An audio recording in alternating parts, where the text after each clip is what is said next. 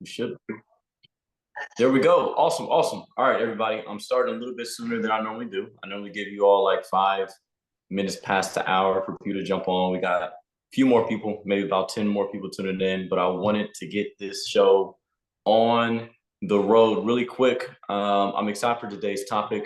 This is part 2 of the habits. All right. So last week I did a training over habits of the elite. All right. If you were on last week's call, just put me in the chat. Show me some energy. Have your cameras on. All right. I want to see you all. I want to make sure you all are paying attention. All right. The free version of paying attention is having your cameras on. The paid version of paying attention is paying me. All right. So whichever one you want to do, I'm okay with. All right. But I'm gonna give you all a hint. So if you are getting this recording, if you're watching this live, this will be a part of a series program that I'm doing over habits. So if you are watching these recordings, if you're not a part of my communities, then you will have had to pay to receive this recording. So hopefully you all take it serious. And the first one for Habits of the Elite, because of the structure, because of the information, the structure that I put into it, I want to make sure you all are valuing this. So again, welcome everybody. But really quick, before we get this call kicked off, I want a couple people to share some of their takeaways from last week's call, because last week was absolutely amazing. I got so much good feedback from people that were there. And I want a couple people that were live on the call to give me some takeaways. I don't want you don't have to talk for hours. All right. Just really quick, some things you learned, some aha moments from last week's conversation. And I know that last week's conversation was more structured, where I had a list of things to go over. But this week, I want to make it a Q&A, a real Q&A on habits specifically. I do have some things in mind that I can share, but I want to really have a conversation today and make sure this is valuable. So if you want to share some things, if you guys some feedback from last week, just put an I in the chat, and then I'll let you unmute your line, or you can just unmute your line and go ahead really quick and share some feedback. State your name, where you're from, and then quickly share some feedback from last week's call. Anyone can start.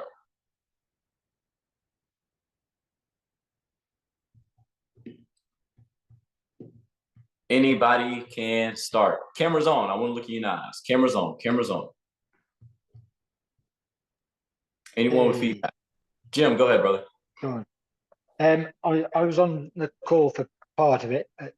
It's just taking that action and changing your habits, sticking to your non-negotiables, and being accountable, which I sometimes struggle with. As you know, my paradigm's quite okay. Good. So changing habits. Oh, go ahead. Yeah, I do struggle with my paradigm at the moment and changing my habits. Focusing on the good. new ones. Good. I think my connection lagged slightly, Jim, so I cut you off a little bit. I apologize. So paradigm, changing habits. All right. So very good, Jim. You say you're only on for what, 30 minutes? Yes. Yeah, good. Well, you got a lot of value in 30 minutes. Imagine the full hour and a half. All right. So make sure you rewatch that, Jim, because you have access to recordings. Love it. Love it. Yeah. Paradigms. All right. We'll probably talk about that today. Who else? Jason, I just wanted to highlight prior to that call and then after that call, I realized one of the biggest things, or not realizing only, but valuing even more. Like, we have to come to realization that sometimes our daily environments, we're receiving information, we're being exposed to certain things. And if we're not mindful or aware of it, you know, it is playing some kind of influential role on our habits. So it's like when I come onto these calls, I'm being exposed to things that I didn't know I didn't know, you know, like things that I don't know that I don't know. And now that I've been made known to it, there's like this responsibility to myself now that I need to now take it from knowing what I don't know to now mastering that actual habit. So it's like the same way I meal prep or schedule anything throughout a week, I need to schedule the exercising of this habit to become conscious, competent in those habits. So it's like I stay looking forward to these calls because I'm like, oh my gosh, what other exposure am I about to experience that's gonna level me up in these areas? So Very good. You said something that triggered a quote in my mind, and you all can write this down. All right. Hopefully, you all have notes to take. All right.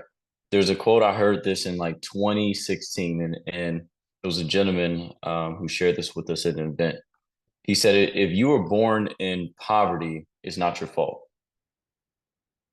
Write that down. Ian, if you were born in poverty, it's not your fault. All right. Thomas, if you were born in poverty, it's not your fault. Travis, Stephanie, Rob, everybody on the line. If you were born into poverty, it is not thou fault. But here's the kicker. If you die in poverty, it was your choice. Write that down. Ian, if you were born in poverty, not your fault, bro.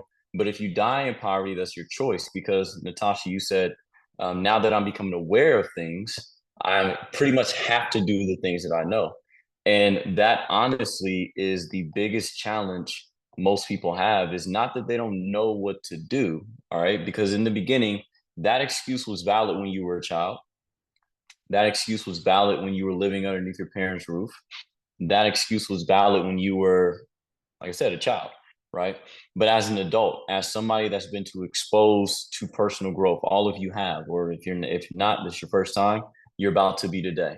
If you've been exposed to information, if you've been exposed to the truth, then now you have what's called a responsibility to change.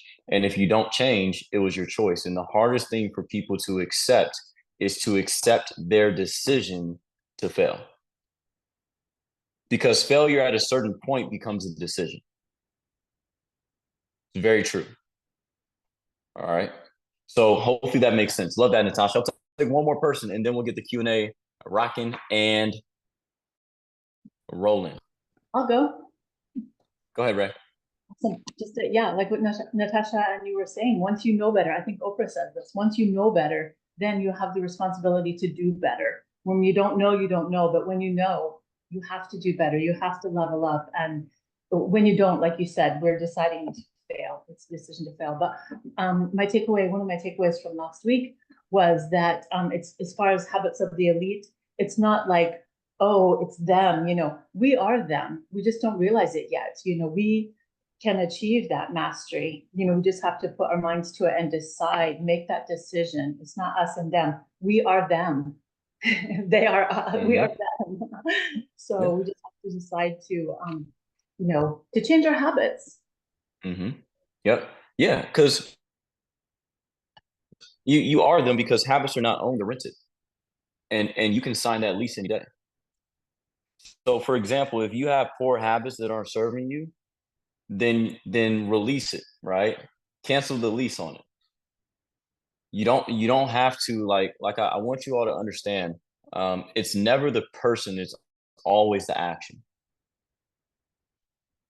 Do you all remember the term? I think Ian, I think I shared this with you when we first spoke, and I said God didn't make bad seed, he just made different types of soil.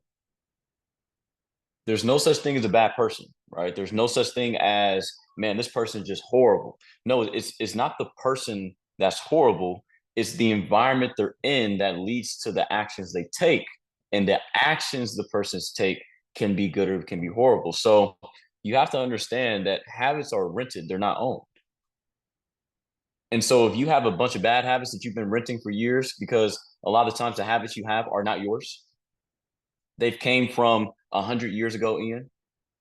Jimmy, they came from 200 years ago. A lot of the things that you all are doing today, meaning the time that you follow, the schedules that you follow, the routines that you follow, were literally created thousands of years ago by somebody else. This makes sense. So if you understand what leasing or renting something means that you don't own the thing, but you're paying for it like you own it. Is this making sense? This means yes, this means no. All right. Some of y'all just look stuck. Again, wake up. Do not come on these calls without coffee and a backwards hat, Jim. All right. I need y'all to have some coffee, some something. If you want tea, whatever it is, right? So I need y'all to understand what's an example of something being rented versus owned. All right. Rented means you don't own that thing. It's not yours. This makes sense, Rob. When you're renting something, it's not yours. When you're leasing a car, it is not your car. But here's the kicker. You're paying for it like you own it. You're paying the amount like you own it. Meaning if something happens to the car, it's still your fault. If you lease a car or you rent a car, or I don't know if you ever rented a car, but if you rent a car, you have to sign your name on the piece of paper. That now signing your name on the paper doesn't mean you own it. It means you're leasing it, meaning that they give you access to use it for 2 or 3 days, however long you use it. But here's what the fine print says. If you destroy something, it comes off of your card. So here's the thing. Even though the habits aren't yours, they were given to you by your mom and dad. What type of habits? Maybe being negative Nancy, sour Steve. What type of habits? Maybe being broke, busted, and disgusted. What type of habits? Maybe the habit of working a 9 to 5. What type of habits? I don't know. Maybe eating with your left hand, writing with your right hand. I don't know. Whatever habits your parents gave to you, you are leasing those habits. But on the lease, it says, Rob, if you destroy this property, you have to pay for it like you own it. So just because the habits aren't yours, that doesn't mean you don't have the responsibility of the habit. Oh my God, I can literally just end. You see why I'm charging people for this series? For these 2 recordings? I may charge them $1,000 each so they can really take what I'm saying serious. So if you're watching this recording, if I gave you a discount, be grateful. But is this making sense for you all? This is why this call is called Habits of the Elite. Because first off, the thing I must do is I can't just tell you elite habits. Like I got a book right here by John Maxwell. It says High Road Leadership. Actually, Haley just brought this book to me because she went to go see John Maxwell. And High Road Leadership, and if you study people like John Maxwell, who always talks about leadership, there's 2 things he does. First off, he exposes where you currently are. What good am I telling you where to go if I don't know where you're currently located, Thomas? Rob, what good is me talking about $1 million if I don't know where you're currently at? What good is me talking about, hey man, here's a successful habit if I don't know where you currently are at? It's like you get in the car and you're using the GPS. The GPS asks for a few things and it asks for these things in order. If you try to, matter of fact, if you try to give it the opposite order, the GPS won't even work. Here's the order of a GPS, Ian. When you get in the GPS, the first thing it needs to know, it does not care about where you are going first. It wants to know one thing, which is called current location. You all should write this down. Seriously. Current location. Where are you currently located? And what does that mean? Well, where are you currently located? Meaning your habits. What are you currently doing every single day? What are you doing? What are you doing on autopilot? What are you doing on repeat? What are you doing on consistently doing over and over and over again? Repeat. Re means again. First, it wants to know your current location. Then the second thing it wants to know is this. The second most important thing is, where are you going? I remember Bob would always tell us that, son, I don't care about where you want to go. First, I need to know where you are. Then I can show you how to get to where you want to go. This makes sense. All right, cool. Let's get the Q&A rocking and rolling. Hopefully that was a little eye-opener for y'all. Love the feedback, Ray, Natasha, Jimmy. Let's get it started. Anybody with questions on habits? Let's go. Welcome to the call. If there's any new people on the call, you have been blessed. All right. Welcome to the call. Make sure you have a few things. If you're on this call, make sure you have your camera on. If you can't, no problem. But if you can, make sure your camera's on. One reason why is because I want to know you're paying attention. The information I'm giving you right now is not my information. This information was given to me by multimillionaires and billionaires that I paid hundreds of thousands of dollars over the last 9 years to receive. So there's two things you can do. You can pay my price. Not a lot of people want to, but I'm not saying you don't have to, because there's a lot of rewards with it. You get experience when you pay a price. Or you can use a cheat code, which is accept the current knowledge. If I were you, I would accept the knowledge. Meaning this, meaning number two, after you have your camera on, take notes. The one who takes the most notes may eventually make the most notes, whatever the notes are for you. If it's dollar bills, euros, British pounds, I want them all. I actually like British pounds more because we get paid more in the States. All right, cool. Let's get it rock and rolling. Question time. Anyone with a question, you can unmute your line if you have one while we're talking. Just drop it in the chat, and maybe Miss Natasha/Vanna White can help me out. If you ever seen Wheel of Fortune, right? Awesome. Question time. Let's get it going. Is my audio good?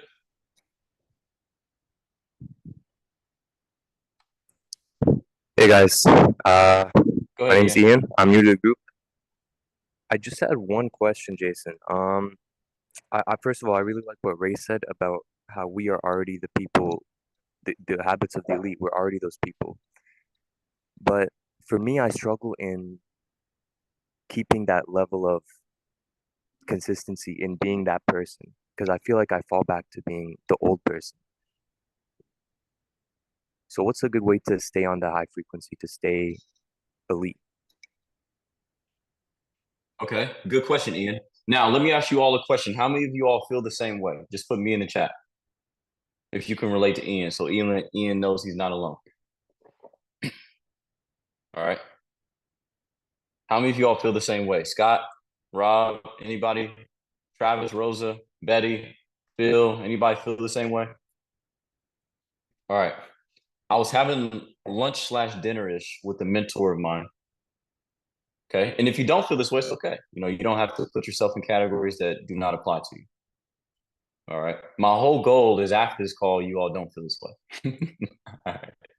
So if I ask the same question in the next call and Jimmy's like me, all right, we gotta learn something, Jimmy. All right, cool. Anyways, Ian, here we go. I need you to write this down, Ian. Everybody else can write this down, but I'm actually sharing this just for Ian. Ian, I want you to write this down. There's two things you need to learn. Number one, you need to learn what works. Then number two, you need to do what works until you see it work for you.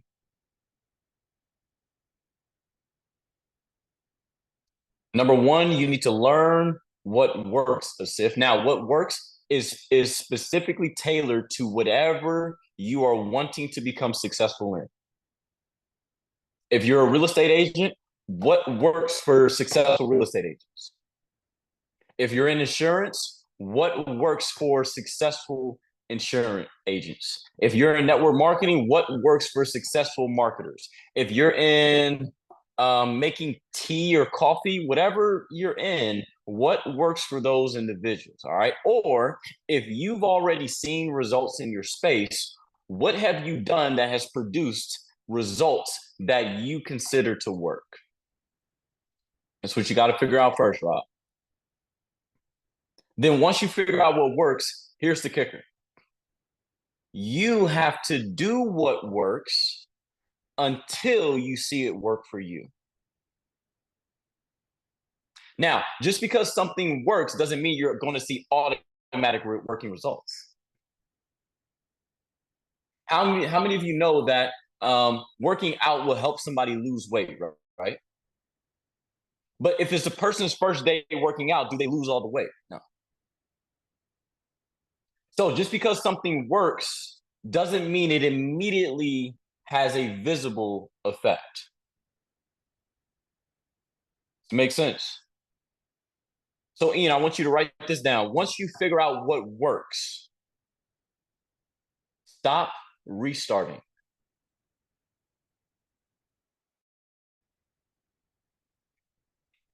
There's one word. I remember I was listening to John Maxwell, and he was doing an event. And he said there was a lady that came up to him once he concluded his event. Now, if you ever spoke on stage, always people come up to you. All right. After you get off stage, I've been there. They bombard you, right? They run up to you. They want autographs. They want, hey, can you share a quote really quick on my recording just so I can take it with me home? Like the weirdest things people ask for. And I've been in those situations. So anyways, he was getting off stage and a bunch of people ran up to him. They gave him compliments. They said, man, you're so amazing. You're so great. You're such a great leader. Wow, can you sign my book? Can you do this? But there was one lady that stuck out to him.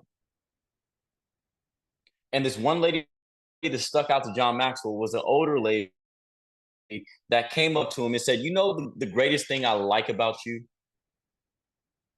Now, he was expecting a certain thing, that he was a great leader, that he was a magnificent speaker, that he was this or that. She said, the number one thing that I like about you? He said, what? She said, you're just so darn consistent. And he said, consistent? He said, that was the most unattractive compliment anyone's ever given me. He said, I had to take time to think about it because I'm like, out of everything she got from me, she said consistent.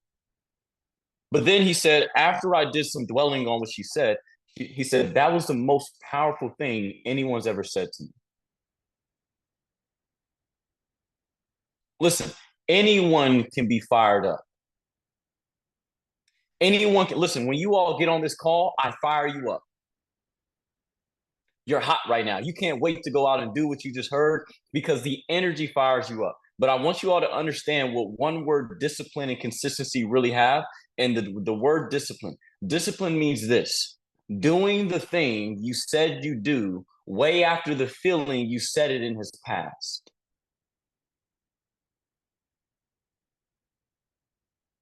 And consistency beats intensity every single time. All right? Ian, I want you to understand this. It's not about the person that wants it the most. Okay? It's not, listen, all of you, I need you to listen to this. All right? And I need you to listen to what I'm telling you, then I need you to do it, then I need you to share it with somebody else. Okay? Christina, it's not about the person that wants it the most in life. It's about the person that wants it the longest. You can want it more than me today, but I got a question for you. You're going to want it more from me in 10 years? Or are you going to want it longer than me in 10 years? You can want success more than me right now, but I got a question for you. Are you going to have the same intensity in 5 years?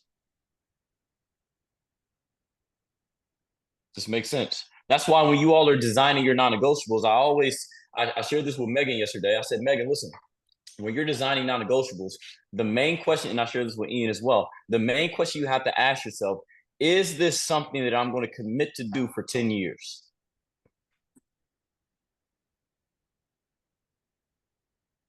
Is this something I'm going to commit to do for 10 years? All right. Now, Ian, what I want you to do really quick, because I had a blank mind, I want you to re-ask your question because there was something else I want to share to your question. Re-ask your question, please.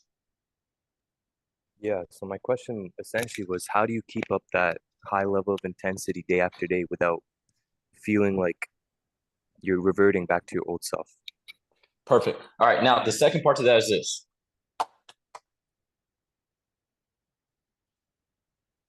I keep this in front of me. Does anybody know what this is? Anybody have one? Anybody got one? Nobody has one? All right, Ian, I keep this in front of me. It's called my goal card. All right. Now, how do you keep in not so much intensity, but I would focus on keeping what's called enthusiasm.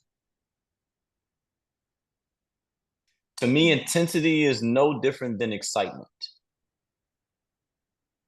All right. Now, how many of you understand there's a universal law called the law of polarity? All right. The law of polarity represents that there's opposites in the universe to everything. So an opposite to excitement or to intensity is the polar opposite is depression and anxiety. If I see someone that always gets excited, I also see someone that always gets down on themselves. Because it's equal and opposite. You can't have one without the other. Make sense? Equal and opposite. You're dealing with universal laws. Listen, if there's 12 feet from the floor to the ceiling, that means there's 12 feet from the ceiling to the floor. We're dealing with laws here. So I don't focus on having excitement or intensity all the time. I focus on having what's called enthusiasm. Enthusiasm, unlike intensity or excitement, intensity and excitement is an emotion. Enthusiasm is a state of being.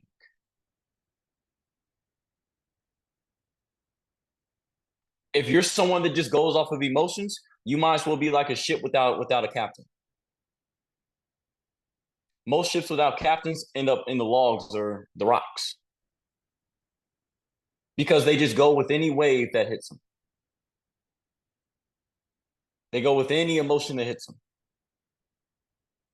But if you have enthusiasm, that means you have what's called direction. So I always tell people, and you know, this is a funny conversation I had, Ian. I remember somebody asked me, similar question to you, but they asked me, they said, Jason, how do you stay motivated? Anybody ever heard people ask that question? Any of y'all ever asked it? Like, how do you stay motivated? It was one of these mindset calls. Now, I don't share things to disrespect people. I really don't. But I also don't share things caring about someone's emotions. Because my job as a mentor is not to make you feel good. My job is to help you get results. And when they asked me that question, I thought for a second. And then I asked them this question. I said, hey, here's a better question. How do you stay lazy?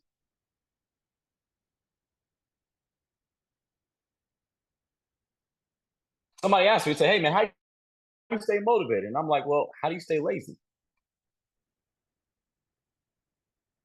Because for me, laziness is harder than motivation. It's hard for me to be lazy. I don't understand it. I don't know what's in that water right there. I'm not drinking that. I have no idea what's in lazy water. I don't know. I don't even like a lazy river. You guys know when you go to water parks and they got lazy rivers. I'm like, I don't want to be, let me go down the water slide. Like a lazy river? What in the, who wants to be lazy on a river? You guys know what I'm talking about, right? You go to water parks, they got the lazy river. I'm like, who in the world wants to be lazy at a water park? But this is, listen, now, if what I'm saying is it hitting you emotionally, that means it was meant for you. Okay? That doesn't mean you get emotional. But that means you need to look inside. Because here's how I ask the question, how do you stay lazy versus how do you stay motivated? It's because I have a goal. I have a goal. I have somewhere to be. Listen, if you have somewhere to be, do you have time to mess around? Jimmy, if you got somewhere important to be for your kids, do you have time to slouch? If you all have somewhere important to be, maybe a friend's wedding, maybe a birthday party, or maybe, okay, better example, if you got a flight to catch, do you get to the airport 30 minutes before the flight leaves? Or can you not sleep the night before because you're afraid to miss the flight? How many of y'all absolutely cannot sleep the night before you got a flight because your biggest fear is not getting on the plane? Am I the only one that, well, used to? Now I know how to travel. But back then, it was like, I'm like, I don't even want to go to sleep because I'm afraid of missing this plane, right? I get to the airport 6 hours before the flight leaves. Tom, you're the same person, right? It's just me. I don't know. But this is the thing. If you have a plane to catch, do you have time for side conversations that don't pertain to the destination? Or are you looking, are you doing a checklist? Do I have my passport? Okay, do I have my wallet? Do I have my keys? Is the door locked? Is the window locked before I leave? Are you doing a checklist? Are you calling your friends and hey, what you doing this weekend? Where you want to go? You want to go to the pub? You want to go to the bar? You want to call the girl that never responds to you anyway?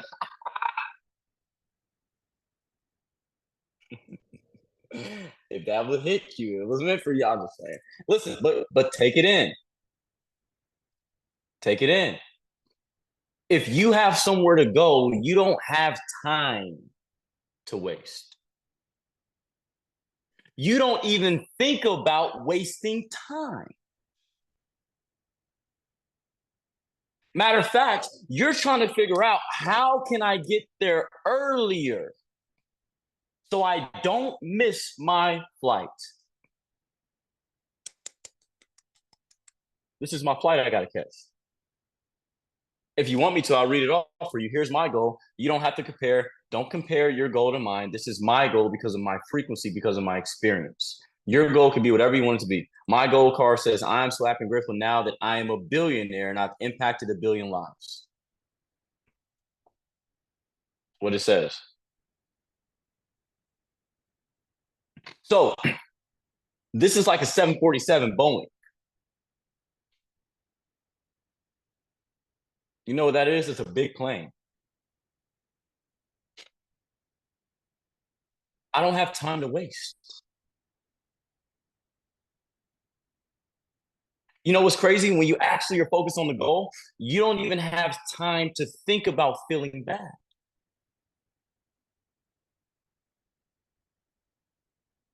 You don't. Listen, do you all know why? Let's say like depression. All right. How many of y'all ever heard that word depression?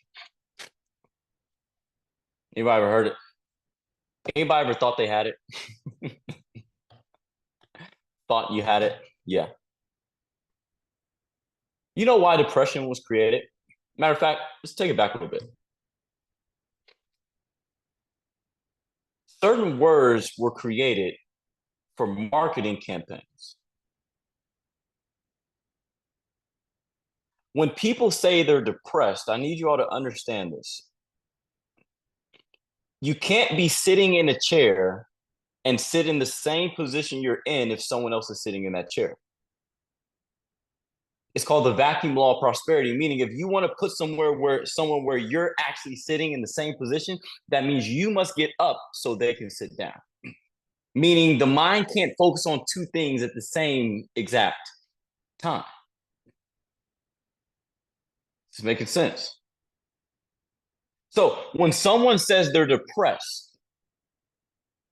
do you know how that comes about? It's because they have time to think about depression.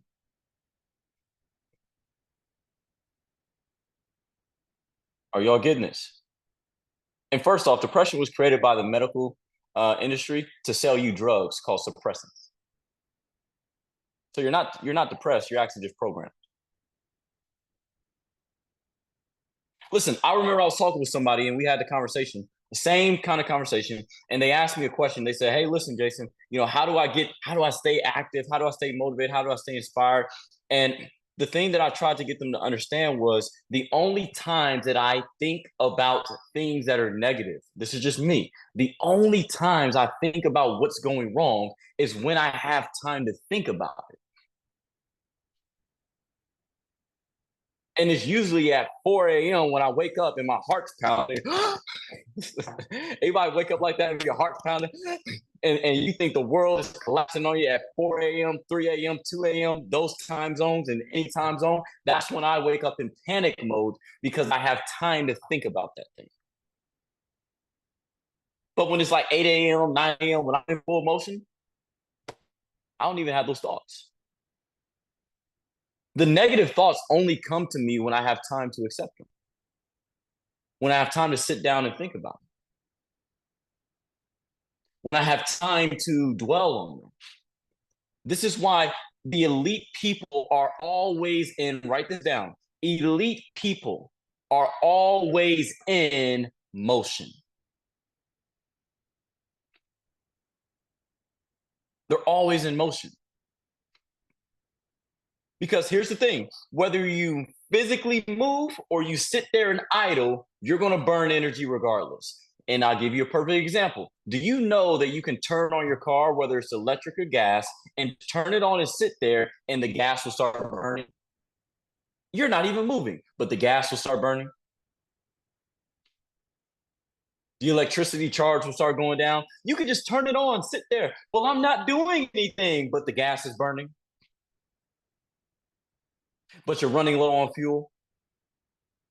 You don't have to move to burn gas. It takes more energy. Here's the thing. I remember when I heard Bob Proctor tell us this. God bless. I thought he was crazy. I thought he was crazy when he said this, but now I understand. He said, son, it takes more energy to earn $1,000 than it does to earn $1 million. Now do you see why I thought he was crazy? I'm like, huh? Listen, bro, I don't know where you from, but where I'm from, it's kind of hard to earn $1 million. It was my thinking process. He says, son, it takes less energy to earn $1 million than it does to earn 1,000. I'm like, what are you talking about?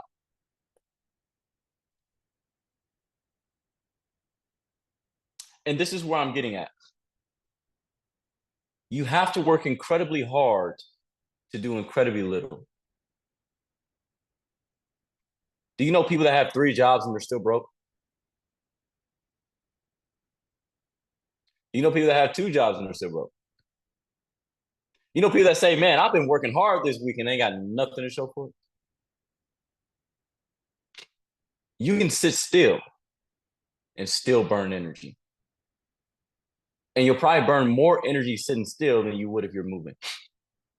So a habit of the elite is the elite people are always in motion. And they have a goal in front of them. Listen, how can I be sad thinking about impacting 1 billion lives? You know when you get sad when you think about you. You know when depression kicks in when you think about how you feel. Not saying you don't cater to your needs, but you don't dwell on your negative feelings.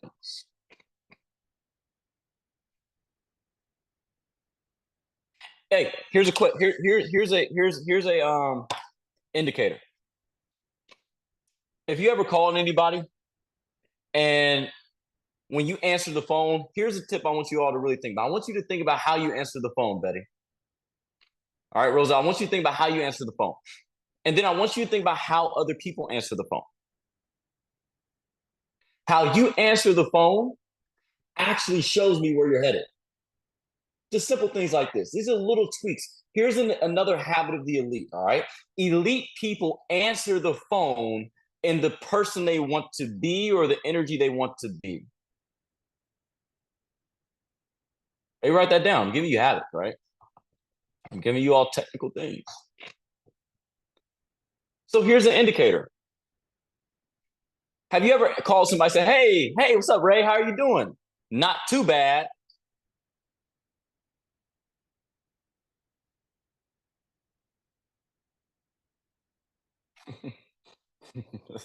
Not too bad. Not too bad. Why not too bad? Wait, question. Have you ever said that? Just be honest. Just put me in the chat. I think all of us have. Not too bad. Oh, I'm all right.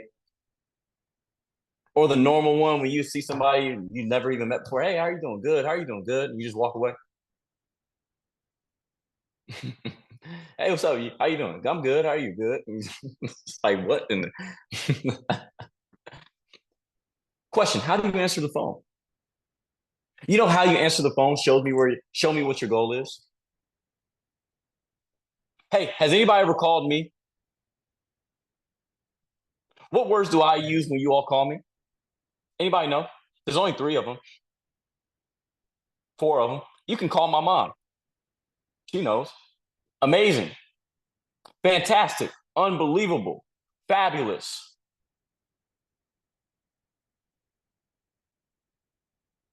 You wouldn't believe me if I told you in a positive way. When I go to the grocery store and people ask me, hey, how's your day going, sir? I'm like, oh, it is fantastic. They look at me like something bad happened. They're shocked. I literally have people saying, wow, I've never heard that before. Yeah, because you never met anybody with my goal before. That's why you've never heard it before. You probably never met anybody that has a goal to be a billionaire and impact a billion lives, have you?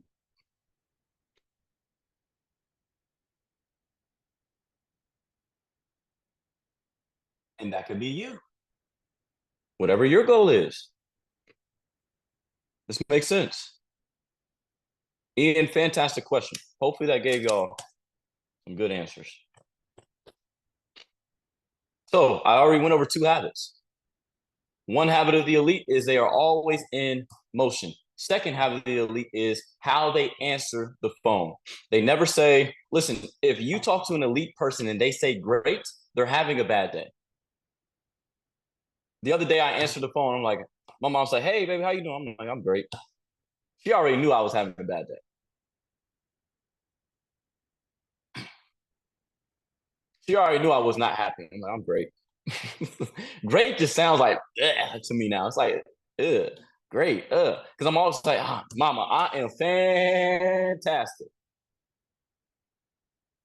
Feeling absolutely amazing. How are you? Phenomenal. Have you ever even said phenomenal? Just try it out. It feels weird when you first try it. Double binding message, yeah.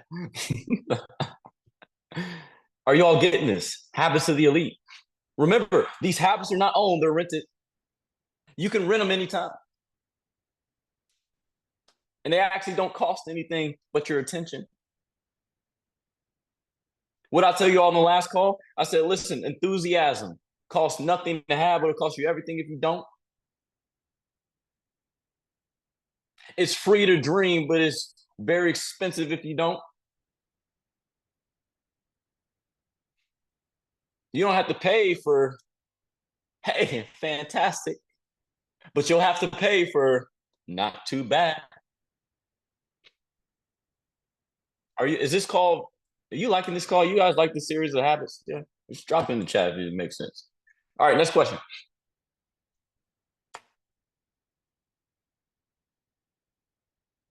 Next question. Is there one in the chat I missed, Natasha? I think so. After I told everybody, drop some in the chat.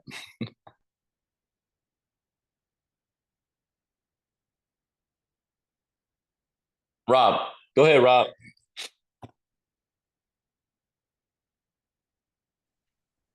Hey Jason, how you doing?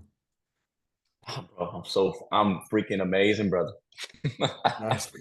Fantastic, man. Fantastic, Bro, brother. if I told you, you wouldn't believe me, Rob. I And wouldn't. you know what, Rob, before I even go into this, all right, listen, there's a guy I was studying in 2016 named Tom Hopkins. He was #1 real estate salesman.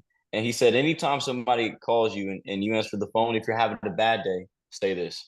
If you say, hey, how are you doing? You're having a bad day, just say, unbelievable.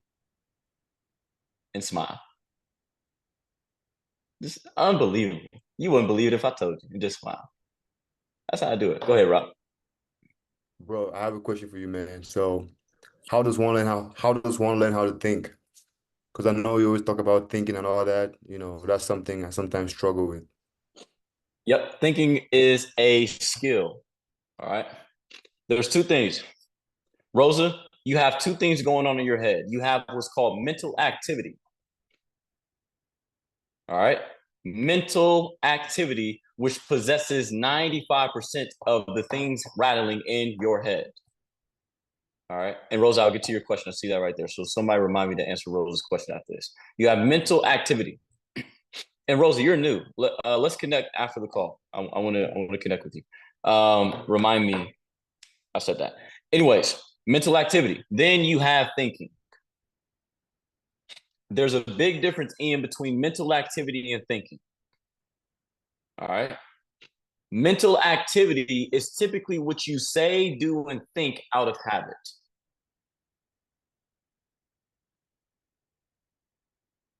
Thinking, and when you do things out of habit, it requires less energy.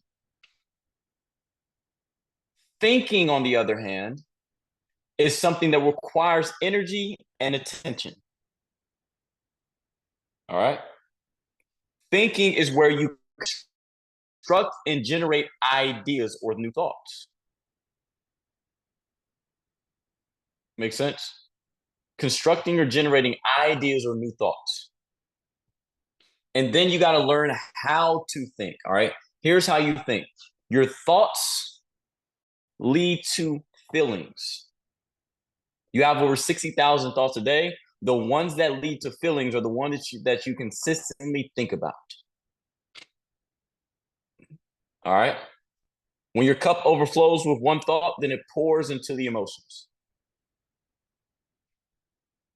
Emotions or feelings lead to actions. Energy and emotions. The body is nothing more than an expression of the energy that you have.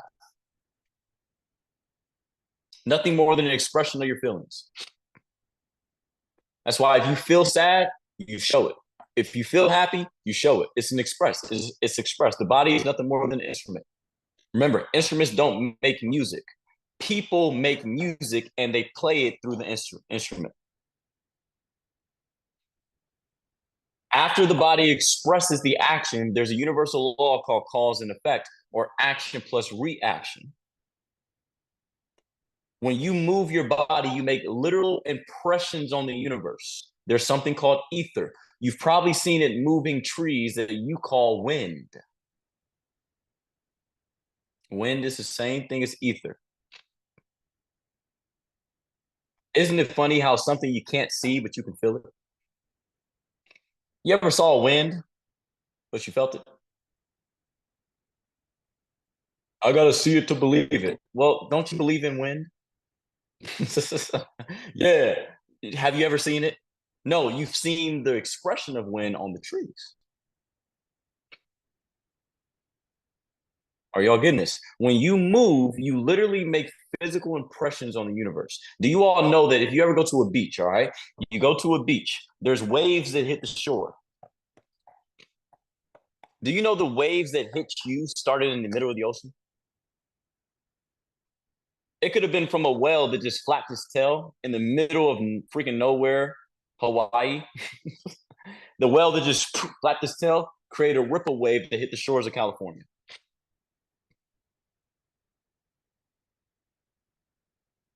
It's making sense. Thoughts lead to feelings. Feelings lead to actions. Action plus reaction leads to results. How do you think? In order for you to think, you need what's called new ideas. You generate new ideas. Generate new ideas. That will start the thinking process because it takes energy for you to process new ideas. I need you all to understand how the brain works, all right? Your brain is what we call a habit lover. You know why your brain loves habits? Because it literally takes so much energy for your brain to generate a new idea that the brain wants to make things habits so it doesn't have to use as much energy. Seriously. The brain wants to create habits with things so it doesn't have to keep using energy. So thinking actually requires a lot of energy, which is why people don't do it. That's why people don't do it. It's a lot easier to think. It's a lot easier to go with the habitual patterns that we've already had than it is to generate new ideas. It's a lot easier to go with the already mental activity than it is to generate ideas. Which is why most people, when they work a job, if they get fired from the job, they go looking for a similar paying job. Most people that get fired from jobs, they never Google, how do I start $1 billion company? They Google, which takes the same energy to Google, how do I find a 9-to-5 job? It's the same energy, how do I create $1 billion company? It takes the same energy. It takes the same energy to think about a Toyota as it does to think about a Rolls Royce. God doesn't work with price. You do.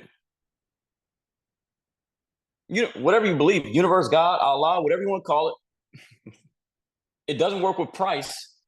It works with image. It takes the same energy. So in order for you to change your life, you first must start with new ideas. New ideas. You can't change your life with the same mind that created it.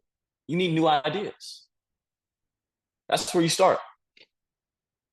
And you can generate new ideas by going to different places, talking to different people, walking a different street than what you normally do when you go home, just doing something slightly different than your normal patterns.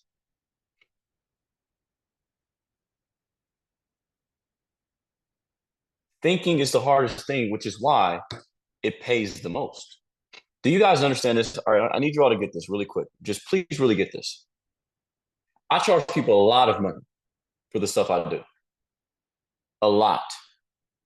And do you know that every single person that has paid me has not paid me for more information? Do you know they've paid me to get them to do what they already know how to do? I literally get paid a lot of money to get people to do what they already know how to do. People pay me to think for them.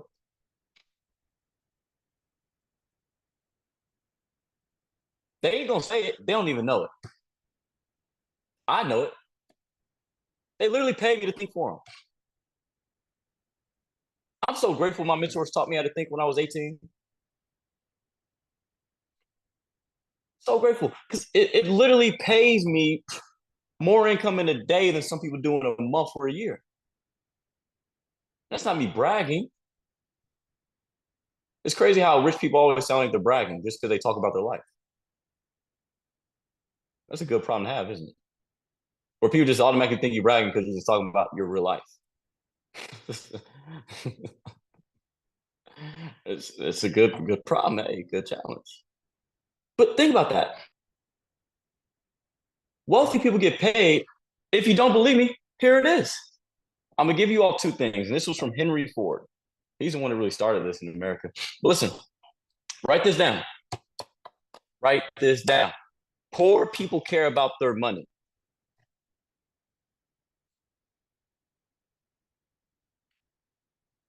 Wealthy people care about their time. Here's where the thinking comes in. So this is what wealthy people do. They give the poor people money, and then they take their time, which ends up helping them make more money. Remember, you don't get a job because you want to think. You get a job because the it's already been thought out. The compensation structure on how they pay you, someone already thought that out. The hours that you have to work, someone's already thought that out. The job position that you have to do, someone has already thought it out for you. The building where you're going to work in, the laptop you need, the structure, the design, the logo of the freaking company is already thought out. You don't have to do anything but follow suit. I hope you all are getting this. You guys see why thinking is the highest paid position? Because the man or the woman that thought out your job position, you work for them.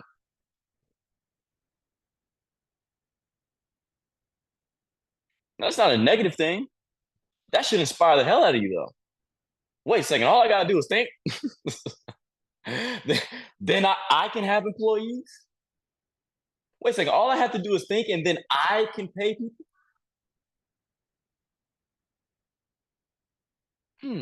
All I have to do is learn how to think.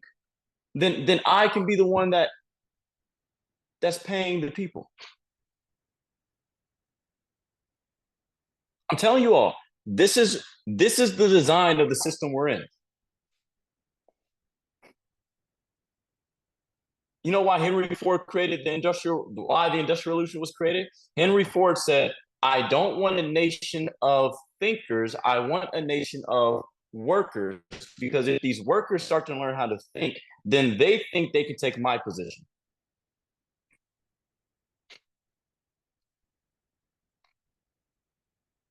So they give you a steady income, a steady check, something that's guaranteed so that you never lose it, because the last thing a person wants to lose is something that they've already had for a long period of time. So they pay you a check longer than 90 days. 30 days it takes to build a habit. 90 days makes it habitual. Habit means you do it and you think about it. Habitual means you do it and you don't even think about it anymore.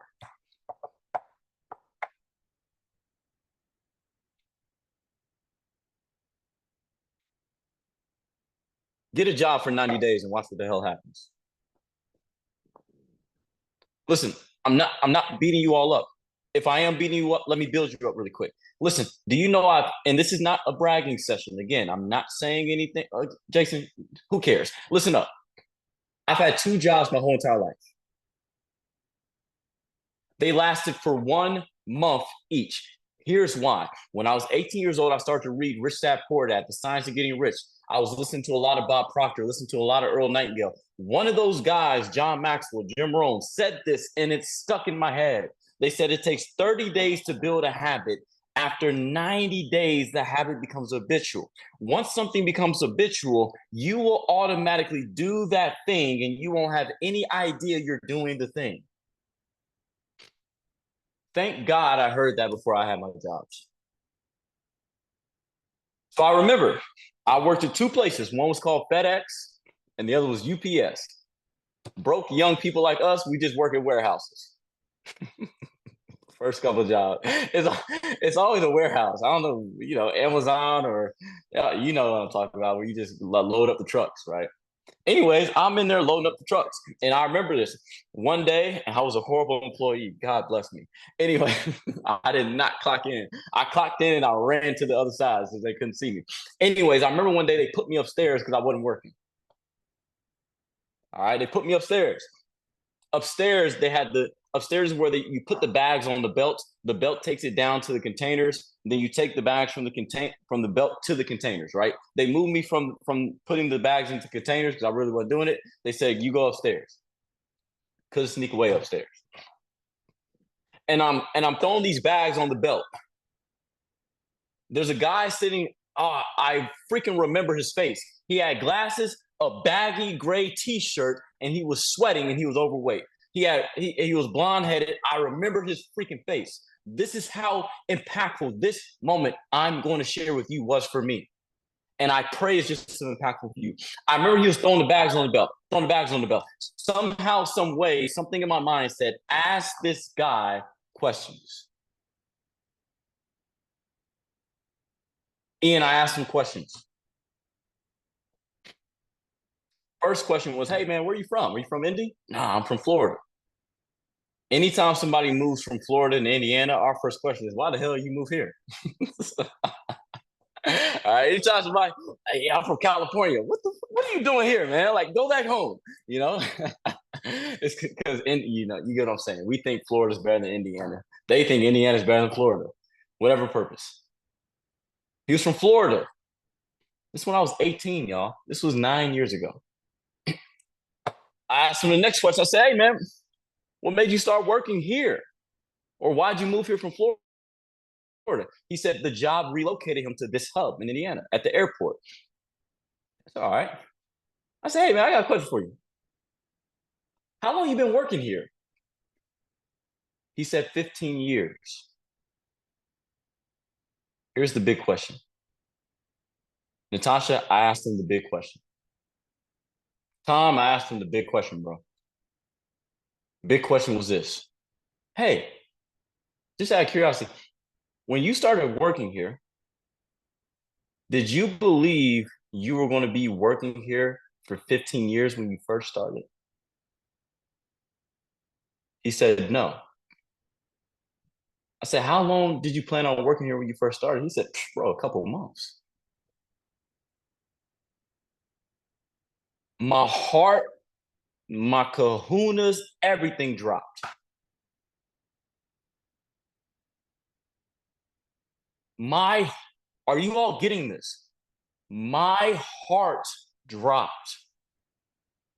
I said, how long you been working here? 15 years. How long did you think you were going to work here when you first started 15 years ago? A couple of months?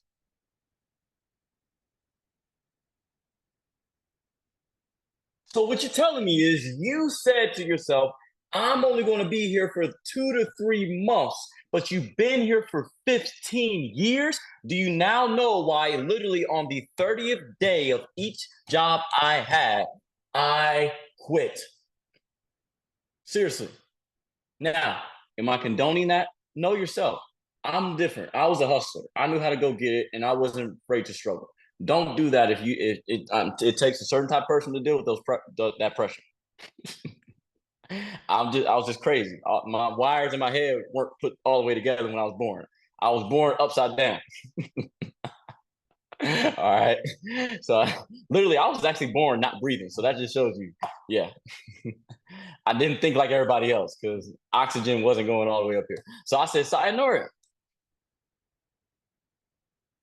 Each job I had, literally day 30, I walked out each building because I said to myself, I cannot afford to be here for 15 years.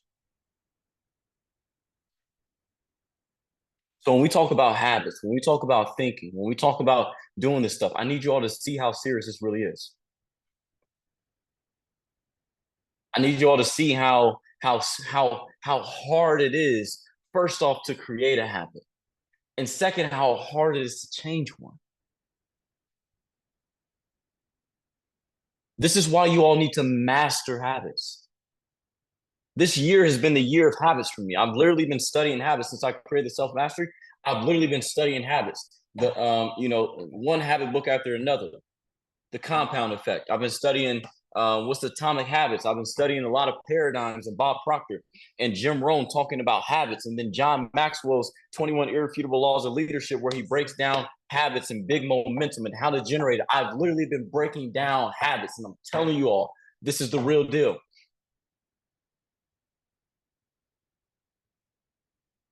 I need you all to get out of you and look at your environment from somebody that's brand new in your environment. Look at what you've been doing the last 30 days, 60 days, 90 days that isn't serving you. Look at how many times you spent money, but you didn't invest money. I was speaking with my friend Lisa. You all know Lisa. She's in the group. And we had a conversation that I feel like I need to have with you all on the Lead the Field class next Sunday. And this is actually a conversation I had with you all in Lead the Field class 2-3 Sundays ago, or yeah. Where I said, Lisa, the reason why people are struggling financially, all right? And if you're struggling financially, this is for you. Here's what I mean by you struggling financially. I want you to take your age. Now, okay, before I say this, whoop, slow down, bro. I got to talk to myself. Relax. All right. Do I have permission from all of you to be 100% real? And I'm being very honest with you all.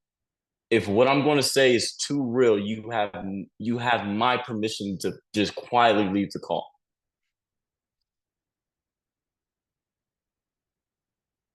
Okay?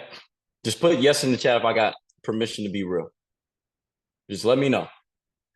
And again, this is the part of the call where some people leave the call, but those that stay on the call, they end up seeing big changes and big results. So I wouldn't leave the call if I were you, but if you have to, for whatever reason, if it's too real, I'm telling you all this. I didn't study John Maxwell for a long time. You want to know why? Because he was too real for me at times.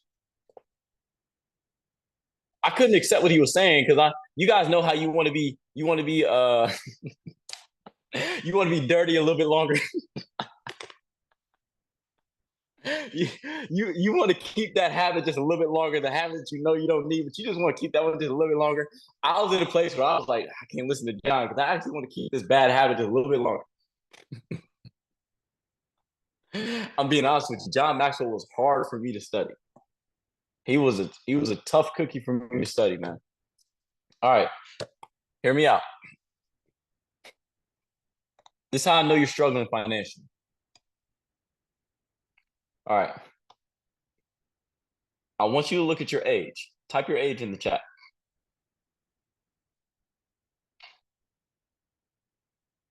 And forget the number. Because some people die, some people were born in 2000 have already died. So they've been old. They're older than you.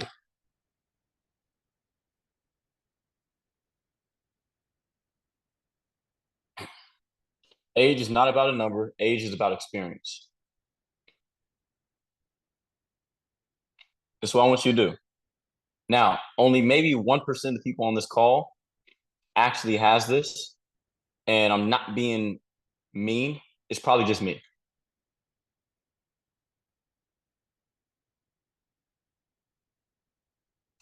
I want you all to take your age and I want you to think. Do you all know that most people don't have $1,000 per year saved up for every year that they've been existing?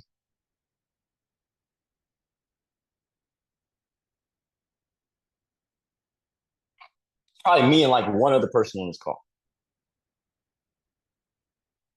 that actually has that.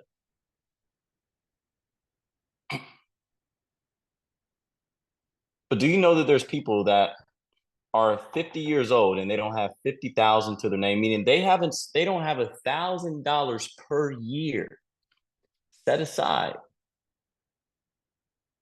in an investment account or savings account, something set aside. Not talking about net worth. You can own a home. No, some money. They don't have $1,000 per year to their name.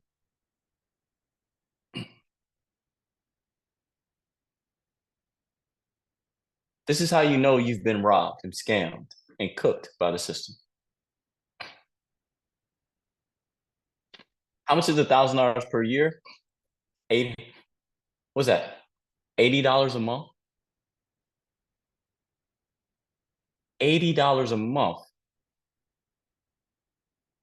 For the amount of years you've been living, you don't have put up $80 a month?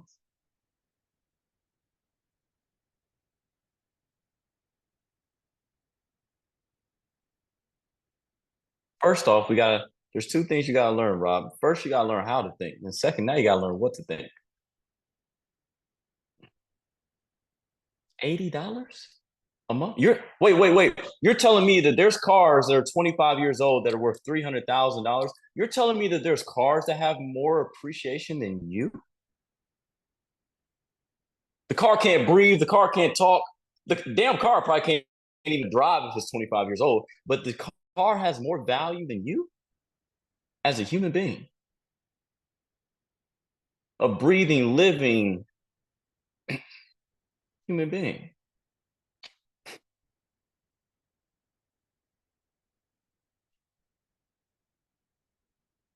You see why I get rid of my jobs after 30 days?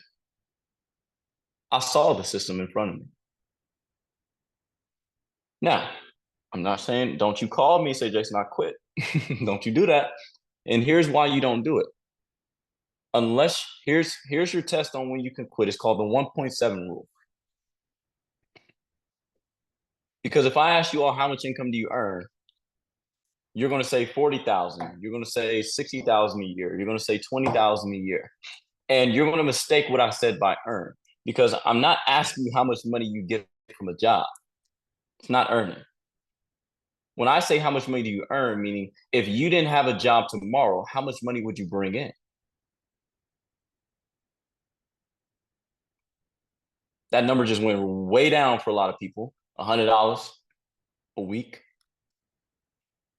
And here's what you look back on. Just look back on how much income you've brought in outside of your job for the last 90 days. That's your paradigm with earning. So that's why you shouldn't quit your job right now, because you don't have a paradigm to earn or a habit to earn money yet. So what you do is you only quit your job once you're earning 1.7 times the amount of money outside of your job than you are at your job. So if you're making $3,000 a month at your job, you need $5,000 a month to quit your job outside of your job. Because certain jobs cover certain benefits. that you don't have to pay for, or something like that. And, as an entrepreneur, there's rainy days, rainy months. Some months you may make $400. Some months, the next month you may make $8,000. It's just like, it's interesting. It's very interesting. So for 6 months, and here's the test, you have to at least have done that for 6 months out of a calendar year where you've earned 1.7 the amount outside of your job that you did on your job to be able to quit your job. That's when I, as a mentor, feel comfortable saying, Rob, fire your boss. But you can do whatever you want to do. But it's just a little bit of advice I give you. Now, back to what I'm saying. Me at least had a conversation. This conversation is, at least there's people that don't have $1,000 to their name for every year they've been living. They're in the system. So I said, Lisa, let me ask you a question. When you get a check, do you pay bills first or do you pay you first? Ian, you're 21 years old, 22 years old. Ian, if you take my advice now, you'll be a stinking, dirty, rich multimillionaire about 30.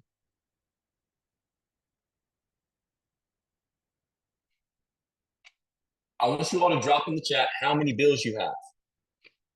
Some of y'all know that, some of y'all done this before. Drop in the chat the number of bills you have, meaning the number of ways money leaves you every single month.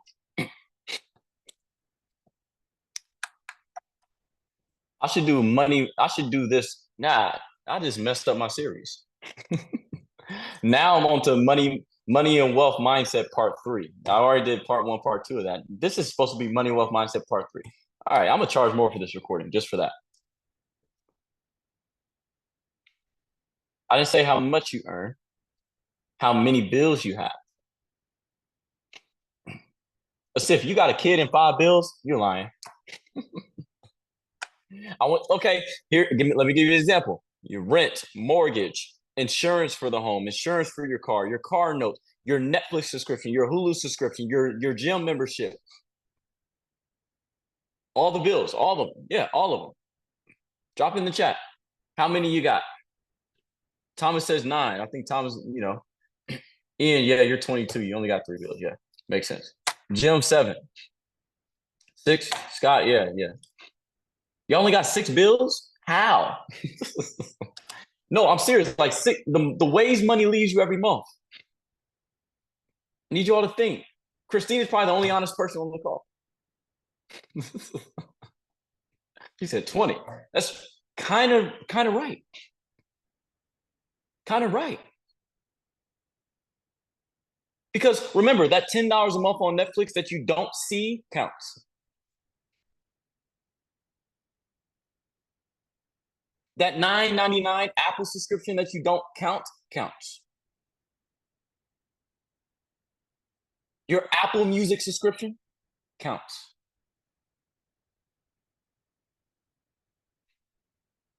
So type in the chat how many bills you got. Type it in. Type it in. Type it in.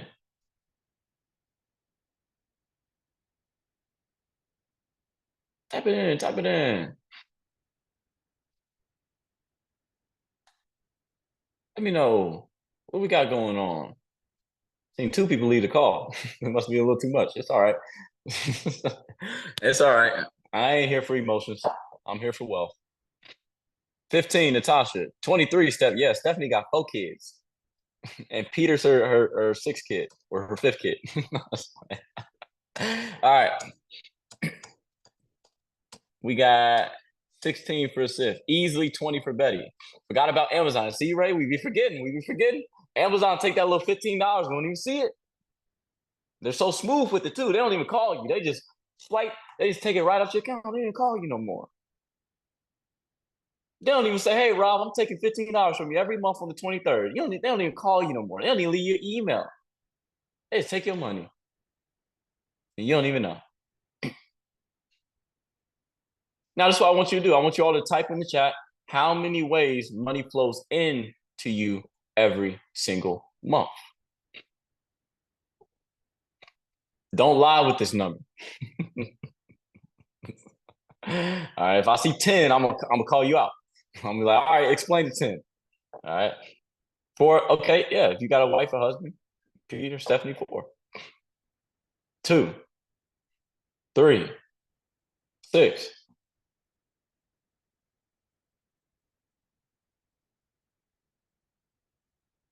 You see how quick it was for people to type in the chat how many ways money comes in? You see how less thinking you got to do when it comes to the money that leaves versus the money that comes in? Whatever you have to do less thinking about is actually a habit. Not potential, Jim. Okay, let's say you running for president. You potentially president. You're either president or you're not.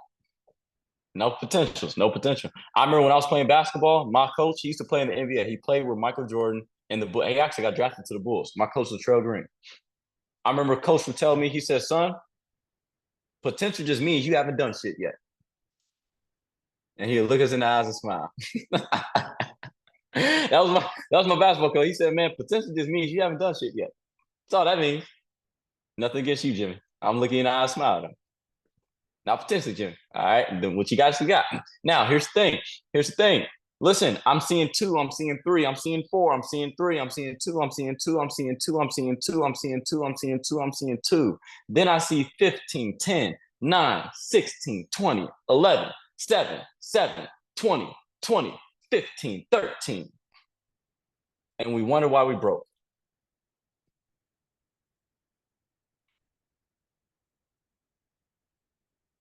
It's auction, right? We wonder why we're struggling. We wonder why we have to look at our account before we join an accountability group. That costs $888.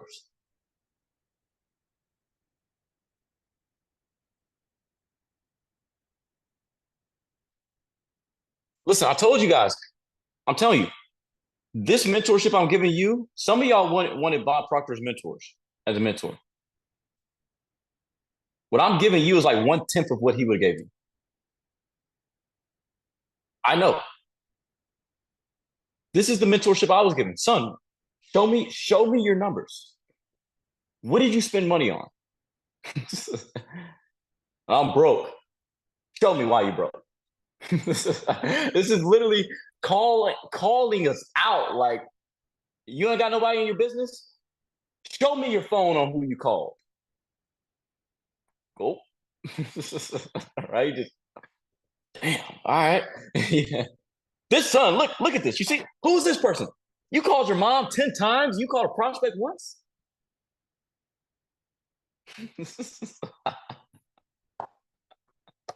Has your mom ever bought something from you 10 times every time you call her? No. Why are you calling mom 10 times? This is my mentorship.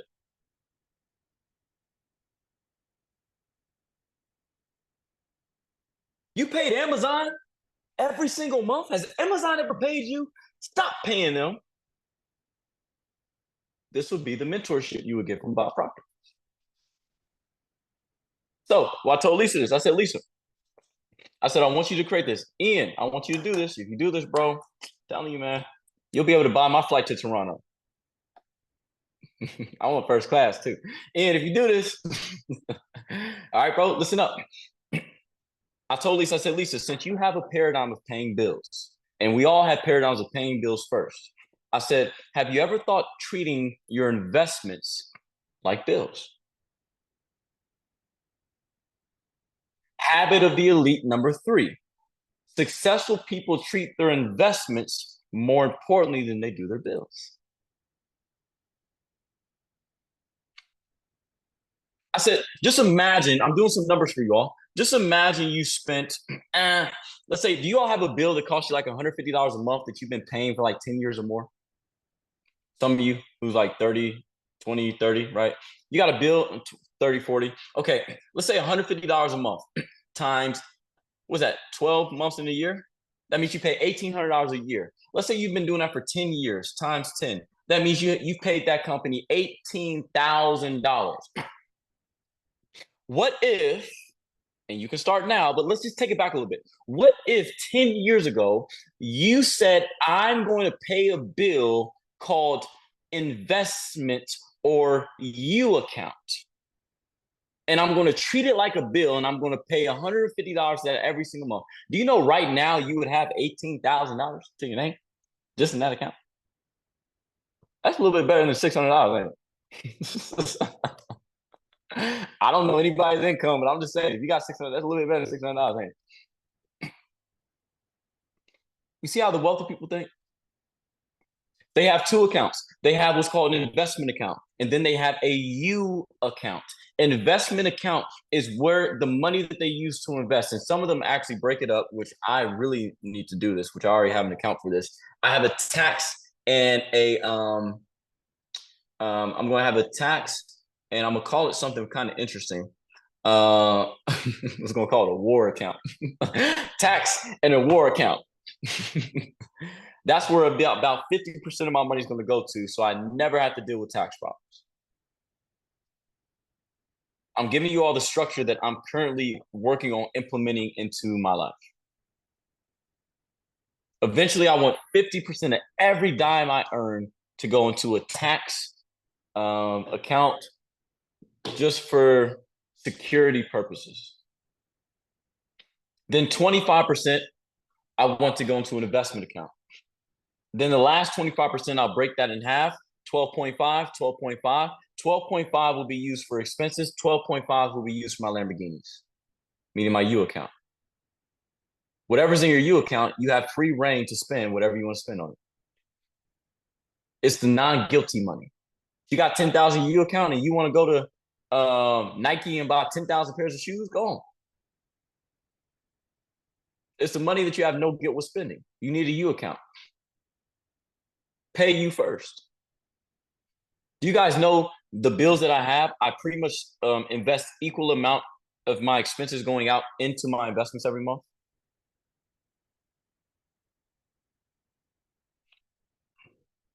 Pretty much. I had a mentor that I met. His name was Chris. We went to his house. He showed us a 1 point something million in his account, in one of his accounts. And he was just like, he was like a fiend. He was itching to get rid of that money. He said, dude, I can't stand looking at this damn account. I'm like, that's your problem? He said, I can't stand to look at this account. He said, because bro, I know the money's just sitting there. It's not doing anything. He said, I can't wait for my realtor to call me with a deal, because he owned like 700 units. That was his money that he couldn't wait to just get that money into an investment. I'm like, man, that's a good problem to have. And here's the habit of wealthy people, habit of the elite. They have good problems. They have good problems. Hopefully you all caught the 4 habits I gave you. They have good problems. Not bad problems, good problems. I remember someone said, man, I got bills. I got bills. And I'm like, are you bragging or are you crying? How much you got? $2,000 a month. I said, oh, man, you don't have problems. I said, dude, your problem's not $2,000 a month. Your problem's $2 million a month. Change your problem. How long is your problem going to remain $2,000 a month?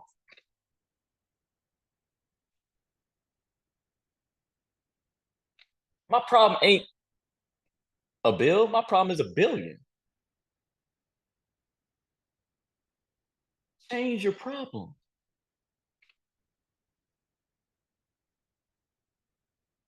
So, what I need you all to do, if you're coachable,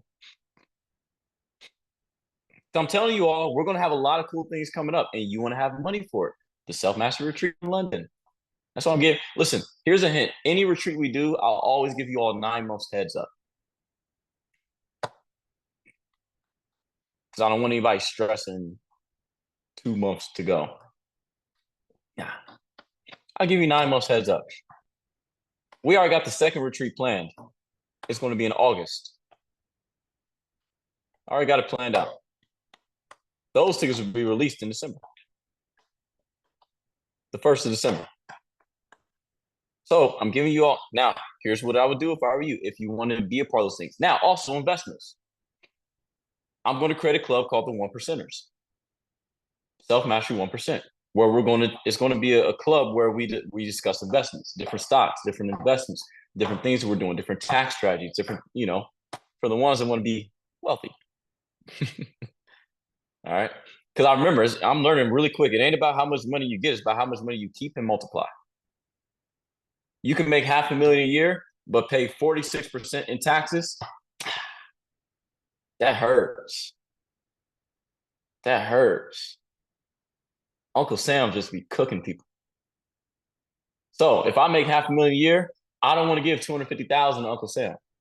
I want to give Uncle Sam about 25 bands and just call it a day. So it's not about how much you earn, it's about how much you keep and multiply. Make sense? So anyways, cut to the chase. I want you all to have 2 accounts called a U account and then an investment account. Here's the thing. If you take my advice, it will grow and you will feel more comfortable. You will feel more confident. I need you to pay those 2 accounts first. The one you need to pay more is the investment account. The small one you need to pay is the U account. I don't care if $2 a month into the U account. I don't care. But if you look at your age, if you start to do that, if you're 40, if your mom started to do it when you were 0, what's 10 times 12? Times 12 times 40, you still have 5,000 to your name. Just $10. And if you know how to grow 5,000, you can grow it into 50,000. So you need to have a U account, an investment account. Listen, I don't care if you have rent. Everyone does. I don't care if you have kids. Everyone kind of got them. Kind of, And if you don't, you were one of them once. Your mom had you. I don't care if you have problems. Everyone has it. I don't care if you got to pay a bill tomorrow. The richer you get, the bigger the bills. You hit that investment account first.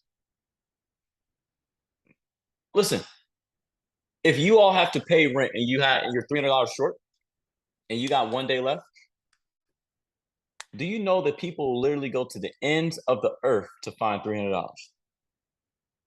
They will Uber all night long. They will call this family member. They will be searching around, figuring out how can I get $300 just to pay rent. What if you had the same urgency for $300 for an investment?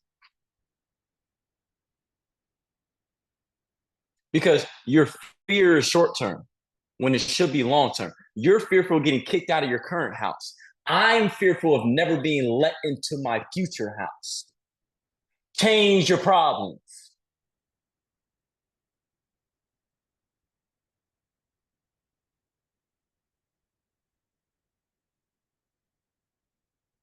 Change your problems. The habit of changing your problems will serve you all. Trust me. This is making sense. You hit the investment account for, I don't care about the amount. The amount means nothing to me. The habit means everything. The amount, I could care less, but the habit, I care about. Remember, it's about building the habit of doing it every single month, because then eventually you can put more into it, but you at least got the habit in place. Amazing, Betty. I'm glad it makes sense. Bobby got it. Good stuff. Because guess what? There's going to be a lot of things that come up in the future. You may want to buy XRP crypto right now that's at 59 cents per thing that may shoot up to $15 in 3 months. I'm not giving y'all any investment advice. There may be an opportunity that comes up where we have the next self-mastery retreat. It's going to be pretty freaking fun. We ain't even get to London yet. I'm already thinking about, I already got 3 of them planned. All right, so just heads up. They're all going to have like a different, how do I put it? They're all going to have a different theme. London is going to be luxury. The next one's going to be outdoor adventures. So it's going to be pretty cool. But okay, plan ahead. Prepare so you're not repaired. If you have an investment account, this could be a potential investment into your future to an experience or travel account. But here's the thing. Don't touch your investment account to pay a bill. Do you ever pay your rent and then call your landlord and say, hey, man, can I get that $1,000 back? Why? Because I got to put into my investments. When you pay the bill, it's final. No refunds. When you pay the investment account, it's final. No refunding. No refunding. And you should probably set a limit on when you can touch it. I got multiple accounts. Some accounts I can't touch until they're at a certain figure. Mentally, subconsciously, I'm playing the game. So right now, I'm living off of, I ain't going to say how much I'm living off of, but my earned income, which is still pretty good compared to most people. But I'm not living off my investment money. Now, I want these accounts. I got 5 or 6 different accounts that I all want to get to a certain figure before I touch them. And then the thing about these accounts is the money I get from one account, I put into the next one. Then I got another account that I reinvest with into the next one. Then I got another account that I may put into some low risk stocks over there. I got another account I may put into some artwork. I got another account I may put. So my accounts are actually growing accounts. Damn, be fruitful and multiply. That's another way of what it means. Not just go out there and have babies. Be fruitful and multiply.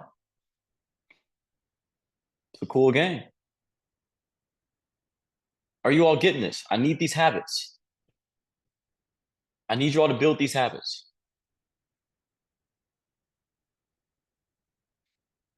Peter and I have so much to talk about that. Don't beat them up, Steph. All right. I'm just playing. But hopefully this is making sense for you all. What's some feedback before I get off here? Now, this is not financial advice. I'm not a financial advisor. Yeah, you don't have to take my advice. But this is a lot of stuff that a lot of things I'm telling you all. Half of it is stuff that I've done. The other half is stuff that I'm currently doing and implementing because I didn't do it. I did not set aside $150 a month 9 years ago. I didn't do that. We spent $150 a month on bullshit. This stuff I just spent money on. But here's the thing. Now, if I buy something, I can afford it 10 times. That's the difference. Back then, I'll buy some designer clothes or whatever it was. I love Hugo Boss. That's why I like Hugo Boss. But I'll buy some designer clothes just to look good. Now I buy it out of difference to feel good. So these shoes I spent a couple $100 on right now, these literally are they feel so good. They feel good. They feel good shoes. I literally got the Gucci flip-flops because my feet feel absolutely amazing now. So that $500 for them flip-flops was worth it because my feet feel good. Because I got some bunions on my feet and, and so they make my feet absolutely feel amazing. That's why I got them. So, but again, there's a big difference. I hope you all are getting this. This is why I designed the self-mastery group. It's called self-mastery. I spoke to someone today. Actually, it was yesterday. I think it was Megan. And I said, it's about mastering yourself. And here's the quote that came to mind. Leader of one, leader of many. If you can't lead one, you can't lead any.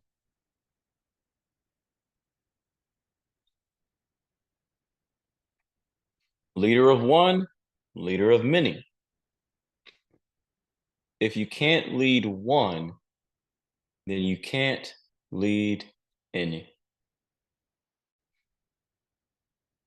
So this is why it's not about an amount. Man, I got to put $500 a month into investment account. Well, maybe you can. Maybe you're financially able to.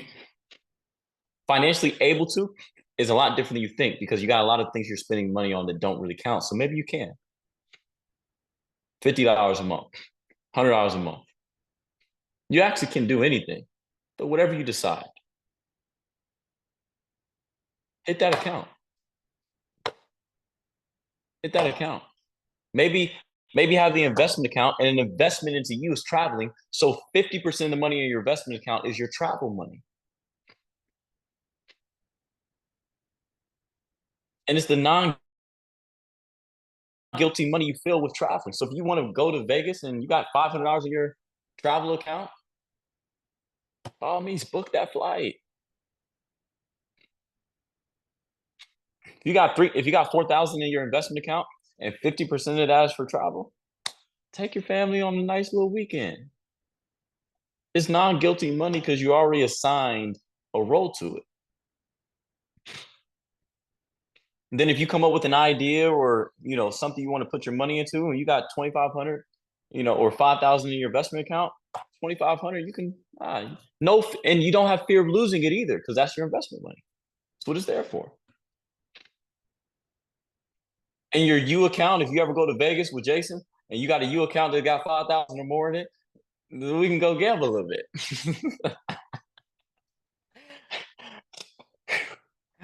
Hit me, you know what I'm saying? We can go, I want put some chips on the craps table, put some on the rail, and you can put some on the 4 or the 7.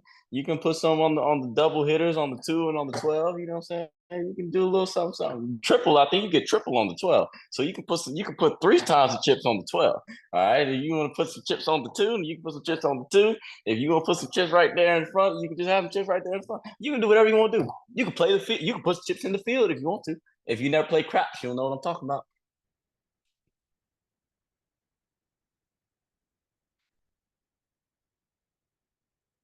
Are you all getting this? Was this call good for you all? Valuable stuff? Give me some feedback before I jump off here, please. I want some feedback.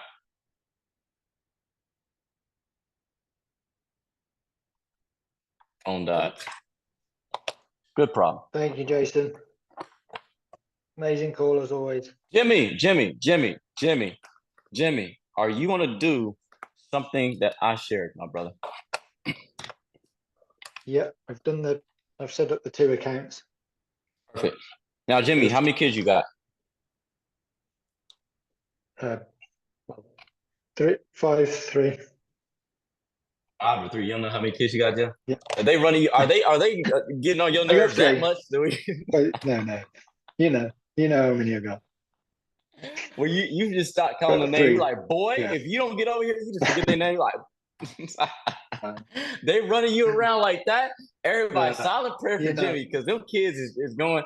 They having Jim. All right, Jim, I'm praying for you, bro. If you need to call me, just call me, man. All right. Yeah. I know you got 3 kids. All right, so you got your 3 kids. All right. Yeah. Jimmy, so I want you to create 3 accounts: investment account, U account, family account, kid account. Okay. Again, bro, I don't care about the amount, bro. Your kids don't care about the amount. They don't even know the amount that's in it. Do you know $5 to a 10-year-old kid is like 5,000? So if you say, hey, kids, we going here, because you got $50 in your kid account.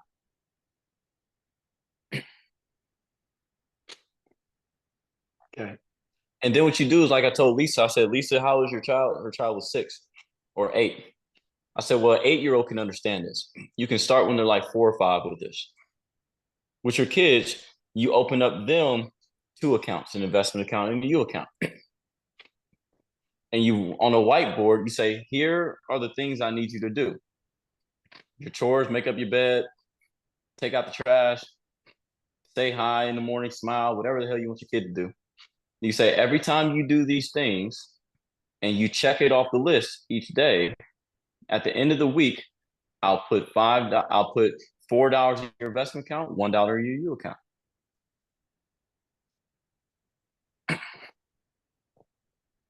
That's how you get kids to do stuff. I wish my mom and dad would have did that. Boy, I would have cleaned up everything.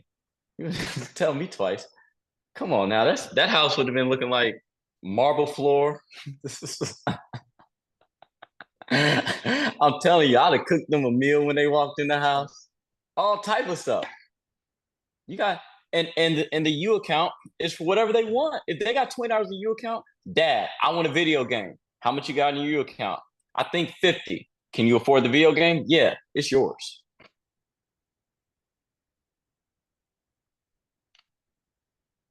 My daughter ain't getting no allowance. I allow you to live in my house.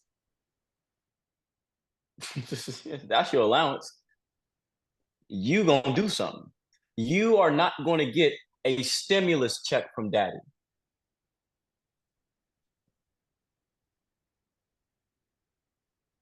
You ain't gonna get government assistance from daddy. Daddy ain't gonna government assist you. That ain't me. I ain't gonna government assist you. No, no, no. Daddy, I want. How much you got in your U account? You don't have your U account. Well, maybe you need to do a little bit more things, and you can be able to get what you want. I'm not creating employees. I'm creating entrepreneurs and thinkers, doers. Even the people that work with me, I don't even say they work for me. I just said they work with me. I'm not putting nobody on the salary. Gabriel ain't on no salary. That dude make more money in a day than he do in 5 months of his job, 10 months of his job. Imagine if I would said, yeah, I'm gonna give you this amount. He'd be pissed off right now. Jimmy, create thinkers. Those are just ideas. And you gotta have a backwards hat account too if you ever want to get hats like me. That's what we're gonna do, Jimmy. Me and you gonna go hat shopping when I get to London. We're gonna go to Harris. Cool. All right. Thank Who you. else? Mm-hmm. I've got to jump off now. Thank you very much.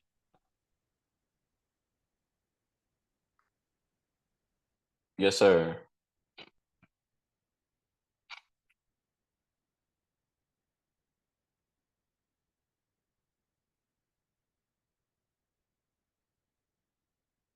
Who else?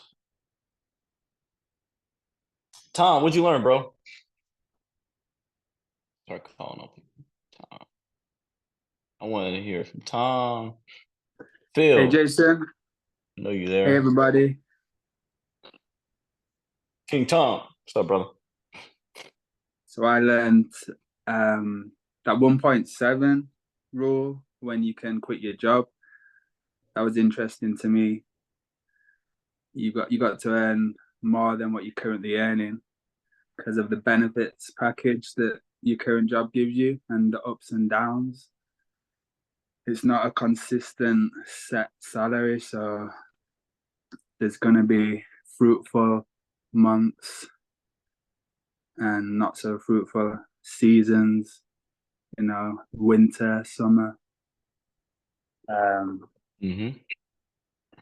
all that type of good stuff. I've got like 5 pages of notes. It's been awesome. Here's the rule with that, bro. Let's say you make $3,000 a month at your job, right? Let's say you earn $20,000 in a month as an entrepreneur. Still don't count. You got to do the 1.7 rule at least 6 months out of the year. So if you make $50,000 one month, you're like, man, this is more than I was making in 10 months. Still keep that job. Consistency.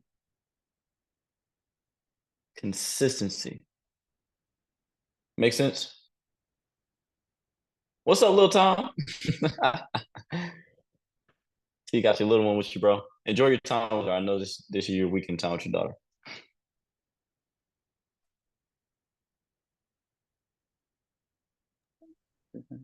Hi. Hello. How are you? Good. Man, you remind me of my daughter. Good, little pretty lady. Good to see Yeah. you. This is Yeah. Jason and everybody. Mm.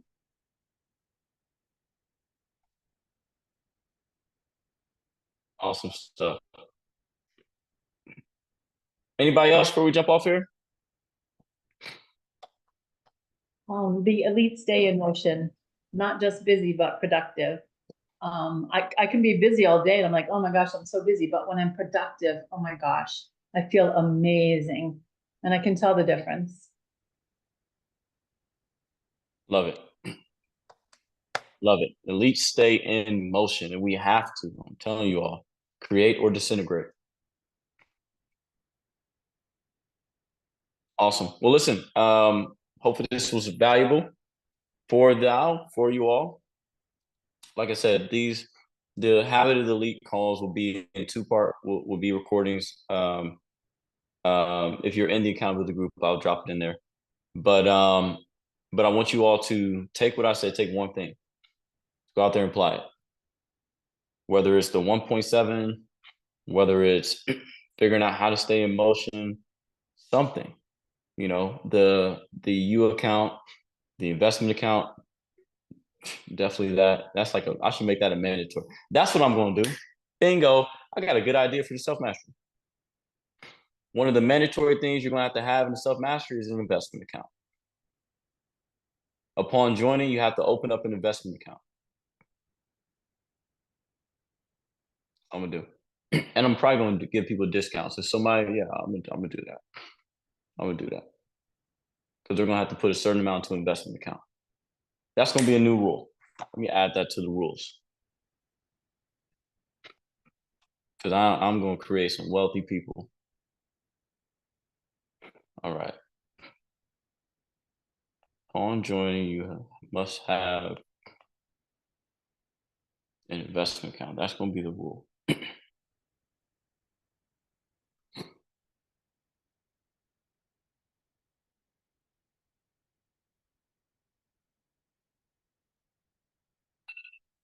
Cool. Like that. Y'all like that idea? We're gonna force people to get rich. Somehow, some way. We're gonna force people to get wealthy. All right, cool. Hopefully this brought value to you all. Please, if you are in the accountability group, share in the chat what you all learned. Again, September 7th, if you do not have your tickets for the London retreat, they will be on sale September the 7th through the 14th. If I spoke to you, then I spoke to you, but September the 7th through the 14th, that'll be the last 10 tickets I do available for this retreat, unless you're somebody new that just joined in the month of August. After we released the first batch of tickets, then obviously it's still open for those individuals that are new to the community. I will be announcing the second retreat. Again, I'm going to give everybody 9 months heads up for the second retreat. That will be, those tickets will be available on December the 7th. It's going to be amazing. It's going to be fantastic. So make sure you all are preparing for everything we got. Yeah, and let's grow. Hopefully this brought value to you. See you at the top. Let's wait to cry at the bottom. Peace.